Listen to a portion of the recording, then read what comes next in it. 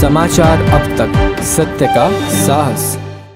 आशा व सुपरवायझर गटप्रवर्तक कर्मचारी union CITU Nagpur जिल्हातर्फे संविधान चौक येथे आशा वर्कर व गटप्रवर्तक यांनी 23 दिवस संप पुकारलाय। राष्ट्रीय आरोग्य अभियान अंतर्गत आशा स्वयंसेविका व गटप्रवर्तक यांची नेमणूक झाल्यापासून दिवसेंदिवस कामाचा दबाव वाढवण्यात येत आहे। अल्प मोबदल्यात काम करणाऱ्या स्वयंसेविका स्वतः विधवा, घटस्फोटित किंवा ज्यांची आर्थिक बाजू कमकुवत असून वाढत्या महागाईच्या काळात प्रचंप चालवणे कठीण होत आहे। मागील महिन्यात राज्यभर आशा व गटप्रवर्तक त्यांनी 23 दिवस संप केला। सरकारने काही मागण्या मान्य करण्याचे आश्वासन दिले, परंतु त्यांची पूर्तता न केल्यामुळे परत 12 जानेवारीपासून संपावर गेले आहेत। त्या अनुषंगाने CITU तर्फे व्हेरायटी चौकातून विशाल मोर्चा काढण्यात आला। मोर्चाचे नेतृत्व कॉम्रेड राजेंद्र साठे, कॉम्रेड प्रीती मेश्राम व कॉम्रेड रंजना पौनीकर यांनी केले। मोर्चात हजारो आशा वर्कर व सुपरवायझर उपस्थित होत्या। मोर्चाला आकाशवाणी चौकात थांबवल्यानंतर संघटनेच्या शिष्टमंडळाने जिल्हाधिकाऱ्यांना भेटून मागण्यांचे निवेदन दिले।